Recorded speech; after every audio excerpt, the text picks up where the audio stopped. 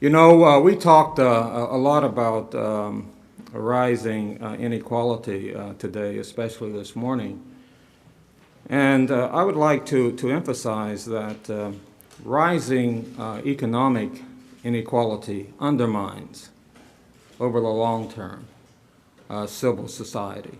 It increases racial and class antagonisms, including, as Professor Galbraith pointed out this morning, greater opposition to programs like affirmative action. It increases and facilitates the spread of demagogic messages about different groups. In short, it threatens American ideals of shared citizenship, and if left unchecked, could lead to what the Harvard economist calls a two-tiered society in which, and I quote, the successful upper and upper middle classes live lives fundamentally different from the working classes and the poor. However, Mr. President, thanks to the economic boom, there are signs that the rising inequality, which began in the early 1970s, is in remission. If so, will this new economy eventually produce a pattern of economic progress that prevailed in the 2.5 decades prior to 1970, a pattern in which a rising tide, aided by economic and social policies, did indeed lift all boats? And will the development of such a pattern be enhanced or impeded by current social policies? Now, from 1945 to 1970, all income groups in America experienced economic advancement, including the poor. In fact, poor families during this period recorded the highest growth in annual real income during that time, which meant that the poor became less poor, not only in relative terms, but in absolute terms as well. However, in the early 1970s, as we all know, this pattern changed. The highest family income groups continued to enjoy steady income gains adjusted for inflation, while families in the lowest groups experienced this declining or stagnating real income. Now, this growing income disparity, which continued through the mid-1990s, was partially linked to the slowdown in productivity growth. We all know that profits and wages depend on how much we produce. In the period between the early 1970s through the mid-1990s, productivity growth slowed tremendously. Less revenue was produced, which put downward pressure on wages. However, as pointed out this morning, in late 1995, productivity began to surge, averaging about 3% since then.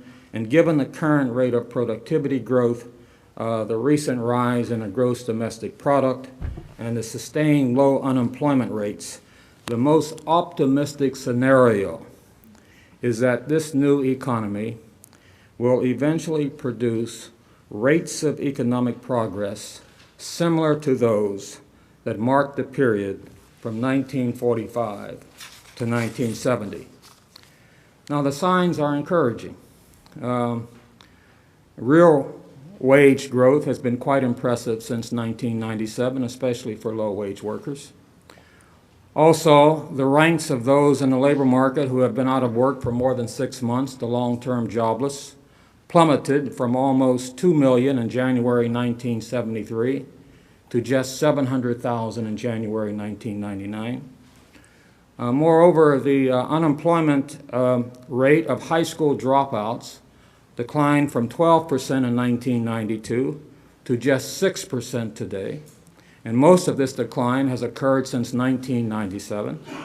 And furthermore, the black unemployment rate is the lowest since the Bureau of Labor Statistics began collecting unemployment data by race in 1972. Now, given these changes, I believe that if our current economic boom continues for several more years, it will significantly lower the overall jobless rates in areas such as the inner city ghetto, not only for low-skilled workers still in the labor force, but for those who have been outside the labor market for many years as well. And in addition, it will enhance the job prospects of many welfare recipients who reach the time limit for the receipt of welfare. Now, having said all that, should those of us concerned about the rising inequality relax, finally relax? Not yet. It will be important to determine how current policies will mediate the impact of changes in the new economy on ordinary families, especially poor working families. Now, we should keep in mind that the trends of rising inequality are associated not only with economic changes, such as the level of skill bias in the economy and productivity growth, but they can also be related to what the MIT economist Frank Levy calls the nation's equalizing institutions. And by this, he means the quality of public education, unions, the welfare state broadly defined, legislation to support workers such as the minimum wage and the earned income tax credit, and other political developments that respond to market outcomes and ensure that ordinary families benefit from economic growth. So let me just end by saying that these equalizing institutions were much stronger from 1945 to 1970, the period I have highlighted. And they will have to be strengthened to ensure that rising inequality remains in remission and that a broadly equal pattern of family economic progress will once again be achieved in the new economy. And I think, Mr. President, that this would be the best way to empower civil society, and I applaud you for working in this direction during your administration to strengthen these institutions. Thank you. Let me say, as you know, we're trying to get another substantial increase in the earned income tax credit, including one that would help working families with more than 2 children. The last time we nearly doubled the earned income tax credit in '93, and that helped us to move over 2 million people out of poverty. And most of the people in poverty today, by American definitions, are working people, which would surprise a lot of Americans. Wouldn't surprise anybody from any developing country where all the people in poverty are working people unless they're disabled, but it's also true in America, and I think it's very important. And clearly, we ought to raise the minimum wage again. It still hasn't recovered its former levels. And indeed, all we will do if we raise it to my proposal is to basically recover where it was about 20 years ago in real dollar purchasing power terms. So I hope we can do that. I'd like to call on Professor Robert Putnam now, who is also at Harvard and who gave us the concept of social capital defined as rules, networks, and trust.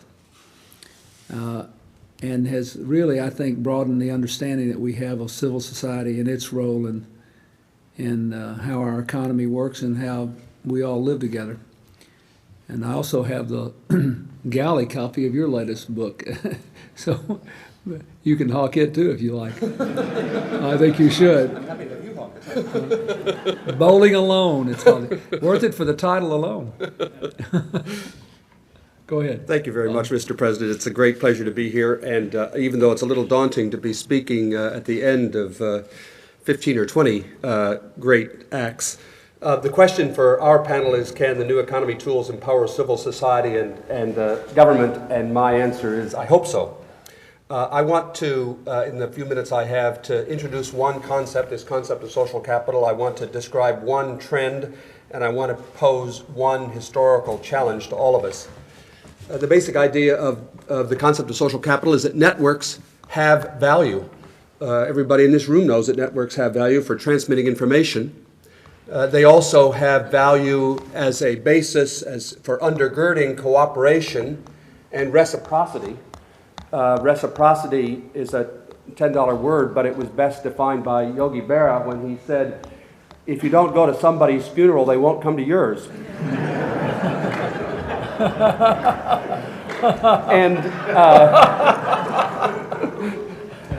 And that kind of reciprocity is a key to all sorts of cooperation, and is undergirded by networks. It's undergirded by networks in the economy. Any of the entrepreneurs in the new economy know that companies and venture capitalists and employees who have better connections are better remunerated, and they are because their connections have value. What I've been doing in the last several years is studying the value of those social connections for communities. And it's quite clear that social capital is one of the most important assets that a community can have. I'm very impressed as an educator with the administration's efforts to make investments to decrease class size.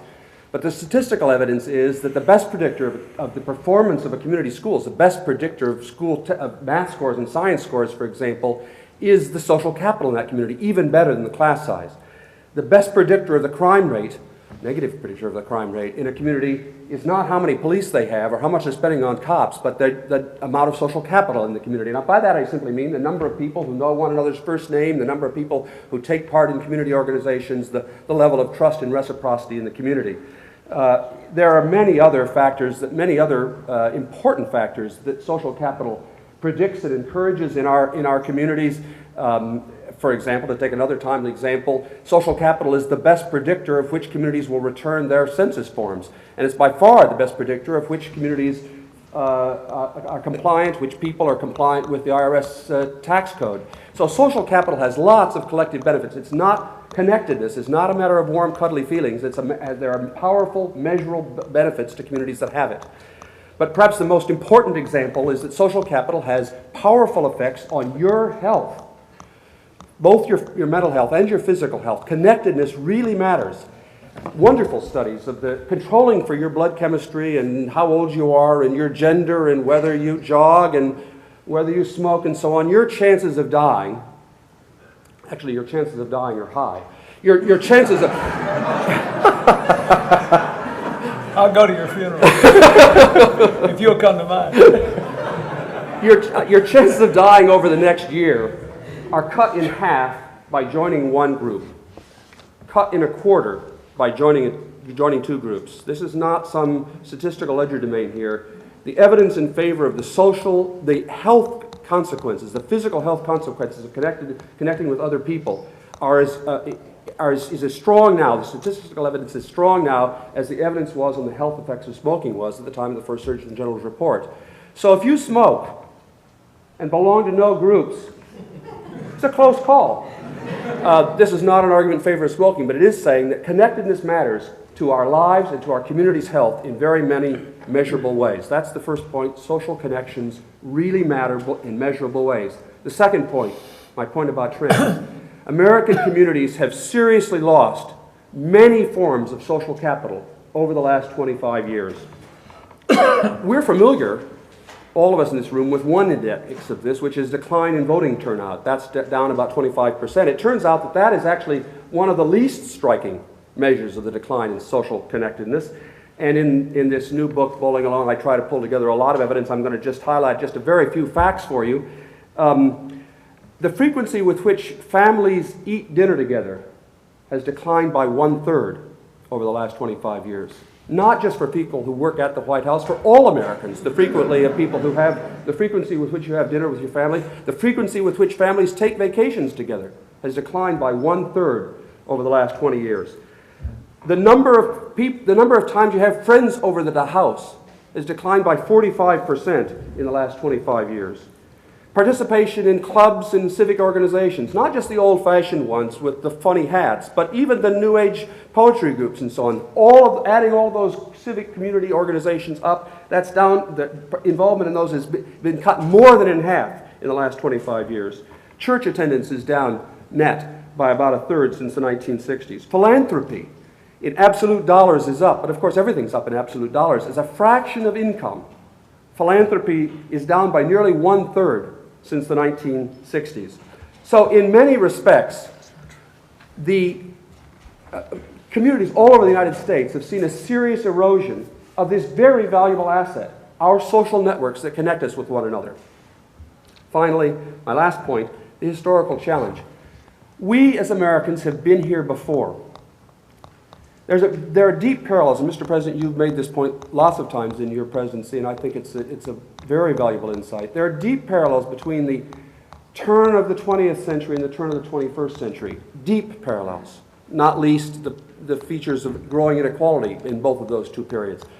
But one of the important features is one of the important similarities between the end of the 19th century and the end of the 20th century is that in both cases, a variety of technological and economic and social changes rendered obsolete one stock of social capital.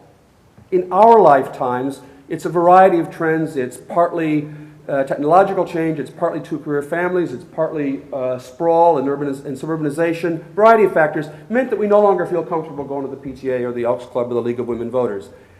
In the previous period, at the end of the 19th century, immigration and urbanization and industrialization meant that people no longer lived near people that they had connected with. So when they moved from the cities, from the farms in Iowa to Chicago, they left their friends behind in the farms. Or when they moved from the shtetl to the Lower East Side, they left their community institutions behind at the shtetl. And America at the end of the 19th century, just as we do, suffered from all of the same symptoms of a social capital deficit.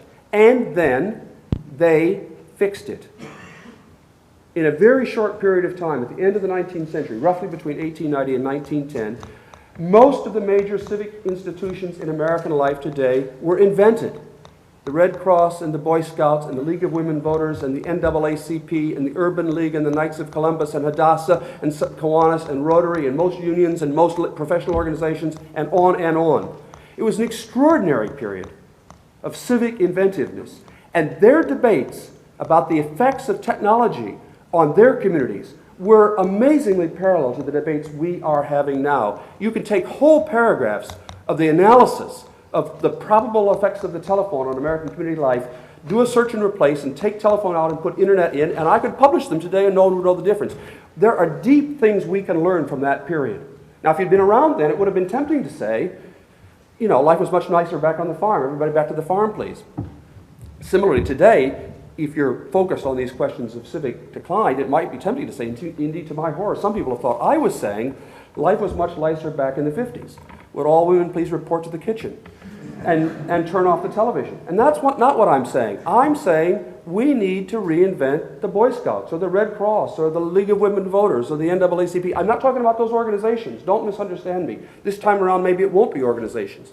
This time around, it may require, and this is the challenge that I'm issuing to all of us in this room, it will certainly require powerful, creative impetuses from the world of the new economy. I want to say that the internet, there's been some recent news coverage about the effect of the internet on isolating us from one another. Actually, I know much of that research. I don't really believe it. I think the internet had essentially nothing to do with the trends that I've talked about. All of these trends, down in all of these forms of civic connectedness, are visible clearly in the data at a time when most of today's new economy entrepreneurs were still in grade school. So the internet had nothing to do with causing this. It may make the problem 5 months worse. ago. Pardon? That's what most of today's internet new economists went to grade school 5 months ago. Anyway, go ahead. Well, I think what I really want to say is I don't think that the new economy and the internet will solve this problem by itself.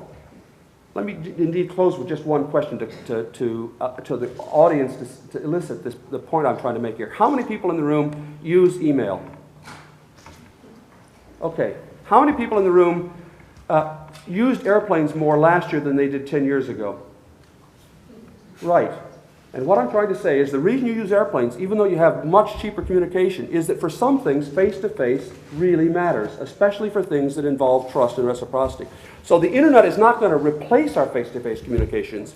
We need to use it creatively to reinforce our face-to-face communications. And that's where I turn to the experts, both here at the panel, and how can we use creatively these wonderful new technological instruments to solve what is, I think, one of our most serious but silent national problems, connecting us with one another again. Thank you very much, sir.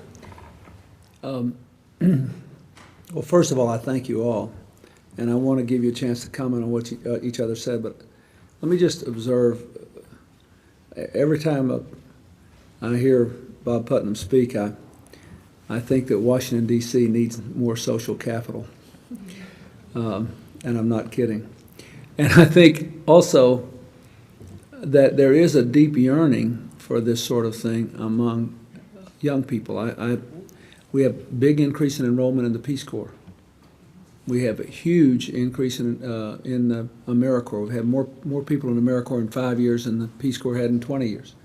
It shows you there's something to what you're saying, and I think it's very real. And I saw it in very stark ways. I'm thinking of this because we're coming up on the 5th anniversary of the Oklahoma City tragedy, where person after person down there told me they sort of uncritically bought into the anti-government rhetoric, and all of a sudden there were these people and their children were in school with their children, and on and on and on, all the obvious things, but there was this instantaneous sense of cohesion socially that had nothing to do with government or the fact that they were government employees.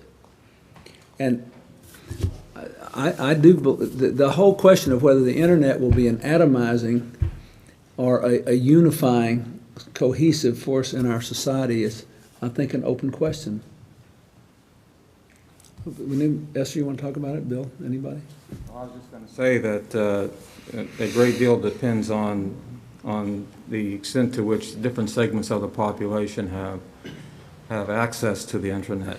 And if, for example, we could increase the flow of telecommunications technology and information to the most deprived communities, I think that the internet could really empower people and decrease the socioeconomic divisions in our society. It's amazing how excited people in the most depressed areas get when they do have access to internet and see what they can learn.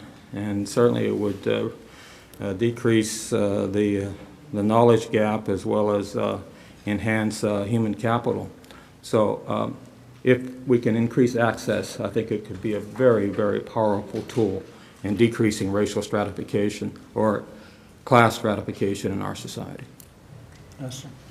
I think it really is an open question. The good and the bad thing about the internet is it lets you do more of whatever you want to do. And so I agree with Bob Putnam. It's an enabling tool for social changes that are going to happen anyway. Given that this is a panel about government, I think the thing the government can do is look at the internet as a two-way tool. Internet voting is nothing. It's like talking about e-commerce as if all that mattered was the transactions. And what really matters is the open pricing, the communication with the customer, the after-sales support. I like to say it's like talking about marriage as if it were only about sex, when it's really about raising children. It's about communicating with your spouse. It's about cooking together. It's about negotiating a life together, making plans. And in terms of government, it's about the government responding to people. And so my hope for what the net means about government is not that we can vote in the next presidential election online, but that people will get into the habit, probably locally, because most people don't really go to you to get their water turned off or their parking ticket paid. They go somewhere local. But if they start getting the expectation that the government will talk to them, I think they're going to start talking to the government more. They're going to feel, if they feel that they can get a traffic light changed, if they feel that they can get information about their local school, and if they're not happy, they can communicate with the principal, they're going to start feeling more involved and more empowered, and they're going to buy into the results. My all-time favorite story, which I'll tell very short, was when I was on Southwest Airlines, and we'd all sat down. The stewardess gets on, and she says, "I'm sorry, ladies and gentlemen, we done run out of peanuts. Now, we can all sit right here and wait till them peanuts come, or I'm going to take a vote, and we can leave right away if y'all want to leave." And so everybody voted to leave right away, and nobody complained about the peanuts. I think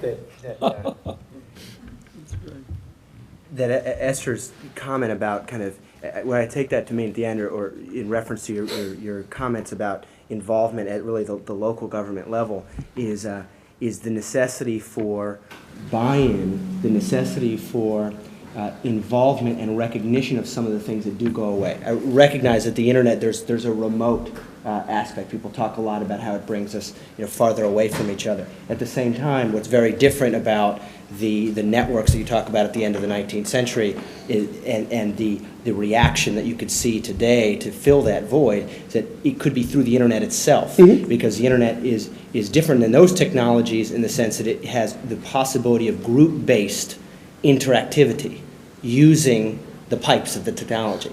And that's what we've been trying to do with GovWorks, is create local communities, if you will, online that are civically engaged. One of the things that it's interesting, we did this Peter Hart Research Institute study earlier in the year, and there were some things that were kind of relatively kind of gripping from the responses that people gave. And I thought that one of them was that people were asked whether government would be a bigger part of their lives in the 21st century than it was in people's lives in the 20th century. And I would have thought that the resounding answer would be no, and it was quite the opposite. Vast majority said yes, and then when asked where they wanted government to be more involved, one of the key areas Suddenly you was... don't need the PTA if you have the school network. Right. Anybody out here want to say anything? Ask any questions? Yes, in the back? One of the things I thought Bob Putman was going to say when he made this end of the 19th century to the end of the 20th century comparison was that at the time of the Industrial Revolution, then it started off being very increasing in terms of inequality. And there's at least some notion that as we moved into the 20th century, as that revolution matured, in fact, income equality incomes became more equal. And I think part of the story there had to do with economies of scale. That, as we learned to build cars, and it was easy to build 2 cars, it really wasn't that much more expensive to build a 3rd car for somebody else. And so the economy itself, in some sense, tried to adjust in ways to try to spread these goods and services over a much broader group of people. And I'm trying to draw an analogy. I'm more asking the panel to come with an answer. I wonder if there's not an analogy at the end of the 20th century, the new information technology, if there's anything which there's economies of scale, it's in getting one more person on email, one more person the information that's available on the web. It's not very expensive once you make it available for 10 million people to really make it available for 50 million. And I really wonder what opportunity really lies there and how that will play out over time. And whether, not only will that play out in terms of dealing with the social capital issues you're addressing, but also with the earlier questions we raised with respect to income inequality, whether there's not a good chance that we may in fact have some very positive aspects as those economies of scale play out in the economy.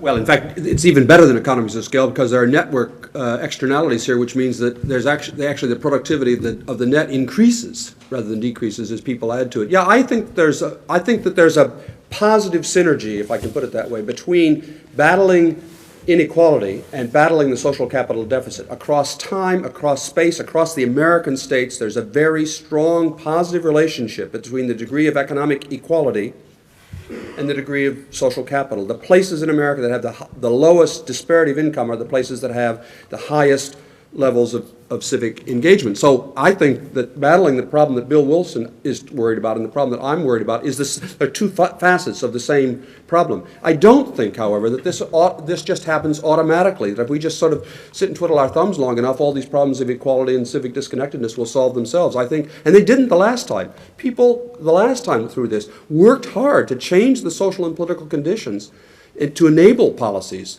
that led to greater equality and greater civic connectedness. So my only disagreement with the question is the notion that somehow if we just sort of sit around, it'll all happen automatically. There's another interesting phenomenon, though, which is that economies of scale apply in mass production and they apply in large institutions. But what's really interesting now is that the transaction costs are getting lower so that individuals can benefit from the economies of scale. It used to be if you wanted to be productive, you had to go join a big company and use large amounts of capital. If you wanted to reach a lot of people, you needed to either work for or own a TV station. And now you can kind of get those economies of scale at retail, not just as a consumer by buying a cheaper car, But again, as a producer, by owning a PC, as a small business, you can do what you can do uniquely well, but then you can contract out your accounting. You can contract out your laundry. If you're a restaurant, you can contract out your payroll. And so there's kind of a bifurcating economy of small creative firms that then outsource the commodity stuff to large economics of scale firms who apply their creativity to doing certain functions in a mass-produced way more efficiently. And the impact of that, I'm not sure of. But I think it means that we may be able to look forward to smaller workplaces that are, again, more human. And I think that's a trend really to encourage, because large companies have duties only to their shareholders in some sense, and smaller companies can be more human. If you have 1,000 employees, you need to treat them all the same. If you have 20, you can actually make allowances for them as individuals. Well, you know, when you talked about that, I want to give you an example to get you to comment on. When you talked about all these organizations that were created in the aftermath of the Industrial Revolution in America, arguably they were filling need for social capital, for networks that didn't exist when people worked in smaller work units and had more kind of comprehensive relationships with a smaller number of people. And you know, when you did your book and you talked about Italy, for example, and how northern Italy had massive amounts of social capital, partly around the economic units that were patterned on the medieval guilds, I got to thinking about this. I'll just give you an example of something that's going on in the internet economy. You know, the eBay, the website where you can buy or sell on eBay and you can trade. They keep up with their customer base, and I just was out there last weekend, and I always ask every time I see somebody who has anything to do with them. They're now up to approximately 30,000 people who are making a living on eBay. That's what they do for a living. They buy and sell, swap and trade on eBay. And they know that a significant percentage of these people who are now making a living were actually very poor. Were actually moved from being on public assistance, on welfare, to making a living on eBay. Now, so they have in effect recreated a small village. On the other hand, they're working alone on a computer at home. Does this phenomena add to or subtract from the stock of our social capital? Yes. You ought to run for office if that's your answer. It certainly, particularly I think in eBay, where there is actually the possibility of developing reputations, it actually is a community. And I think a crucial part of eBay is the ability to develop reputations. And the anonymity in some forms of net life is actually fatal to social capital, because if you can kind of run away from what you did yesterday, that is lethal to social capital. On the other hand, I admit that I'm a little skeptical about.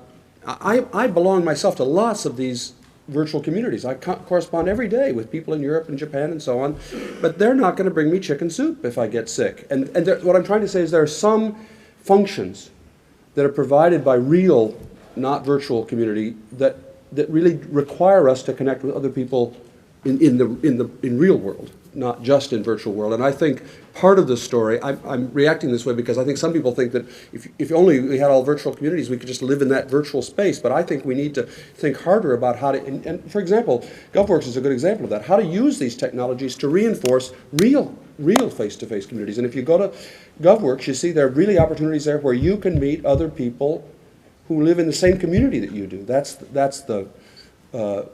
And those people, if you meet them, will bring you chicken soup. So I'm not only thinking it should be virtual. Let me just give you one other example. I've seen this in several contexts in all the controversies in which I've been involved here over the last 7 years. You can create a virtual national movement over the internet in 48 hours. Somebody supports my position on the assault weapons ban. Somebody opposes my position to close the gun show loophole. I can give you 30 examples of this. And all of a sudden you'll have 200,000 people that are in touch with each other, all for the same thing. And I think in a lot of ways that's empowering and a very, very good thing. But the thing that bothers me about it is, even though it has infinite possibilities, and it's really reinforcing. In some sense, you want communities to be places where people of different views have to meet and Yes. mediate those views. Exactly. Where you have to confront not only those that agree with you and you want to swell your numbers so you'll have a defined political impact, but you have to sit down at the table with people who totally disagree with you and try to figure out what in the Sam Hill you're going to do to live together and work together and move forward. And that concerns me as well. Yep. Because it's like the specialty magazines or the 69 channels on your cable or all this stuff. I think all this on balance is a big plus. It's more fun for me. I like it, everybody else does. But the question is, where do we find the commons? And how can we use the technology to find the commons? And to honestly discuss in a respectful way with people with whom we disagree those matters that have to be dealt with, because no matter what our opinion is, our action or inaction will define who we are as a people. For example, I think about a developing country that, what I hope from what Chatterjee was saying is that in the beginning of our opening remarks is that somehow technology can be used to bring decision makers face to face with the poor en masse and force them to interact with them in a way that in effect creates a community that wouldn't be there, because we all know in every society the people who are really poor and downtrodden tend to be invisible to people until they're intruded upon. So I don't have an answer to this. I just know it's a serious problem. It's a problem. When I leave the White, I don't have an option as president not to deal with people who disagree with me.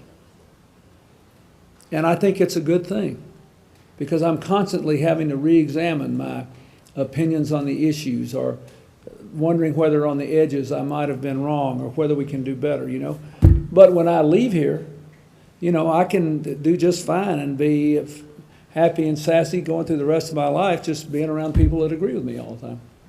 And I don't know that that's the best thing for a community. There needs to be a common space where we come together across the lines that divide us. I think that this is not so much an answer to that question, but just a rumination, that there's no question about the fact that, we find on our site, for example, we try to get people together, and what happens is, canalización, siloization or whatever, people getting into separate channels of discussion based on other people that think the same thing, and it's a constant problem, and it manifests itself in the other media that you described. But I know it can go the other direction as well. I grew up in Latin America, and I'm now very active in informal networks of, of Latino entrepreneurs in the United States, and now we're reaching out to folks in the region a lot as well. And one of the most amazing things about the kind of new economy's effect in that region is that you're seeing for the first time in my memory, in my father's memory, in my grandfather's memory, people feeling like it's people interacting in real time across the region with each other as a regional kind of group. And I don't know if I'm describing it well, but you're really seeing Latin America's been going the other direction for decades, probably centuries of getting, Peru going farther away from Colombia and Argentina going farther away from Brazil. And there's a whole new generation of internet entrepreneurs that are actually coming, there's less brain drain. It's the opposite, coming back into the region. People feeling like they're more part of a community. Informal groups developing that meet online and then meet also offline, which is got to happen, of entrepreneurs from throughout the regions. I know in my gut that it can go the other direction too. I think it comes back to what Bob Putnam said at the end of the last century. I don't know who it was, but somebody said, we can't just let this take its natural course. We need to do something else. And you can never build a system so good that it can't be wrecked by people who don't pay attention to it. And you can never build a system so good that it doesn't need leadership and people with the courage to listen to other points of view and the courage to actually change their mind if someone persuades them. That's called learning. Learning means, oh, I was wrong, there's new information. And courage is a word you don't hear a lot now. In my world, you hear about risk-taking and entrepreneurship, but very rarely courage. Yes. Yes, ma'am. Neil Shaker, I'm CEO of Business and Professional Women USA. And I think One of those organizations, right? here. And I do think that television, for example, was such a disappointment in terms of the promise that it did have to do a lot of positive things. And I think by and large it's been mostly negative, partly because it is so passive. And it's dumbed down our culture instead of, lifting up the level of dialogue. But I think that in all this potential of the internet, there is hope because it is more interactive of doing something more positive. And the example I would cite is that among our business owners, we have a lot of women entrepreneurs who have left the corporate world because of the glass ceiling and other factors and are going out and creating their new business ventures. And the internet has proven to be a real opportunity because suddenly in this new terrain of the internet electronic marketplace, they are not burdened by the packaging that they have in the regular marketplace. So the stereotypes of their packaging are in a more neutral terrain where they can compete.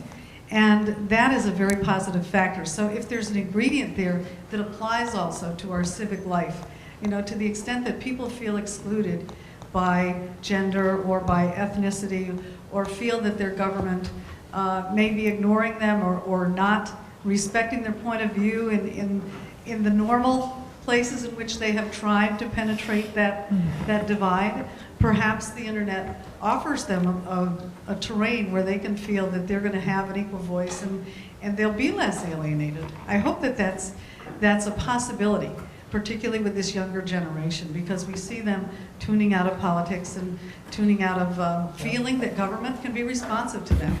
So I think the biggest challenge there is, right back to what we said before, education and making sure that we bring this democratizing influence down to all people and don't leave them feeling that they're out at the margins. One more, anybody? Yes, ma'am. Go ahead.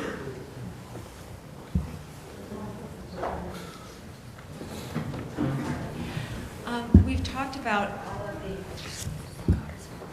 empowering aspects of the internet, but the internet has the greatest power to regulate our lives of any technology on earth. Our website, even though it's in English, we leave it open. You don't have to register because we know 20% of the people reading it are Chinese and we want to leave it open.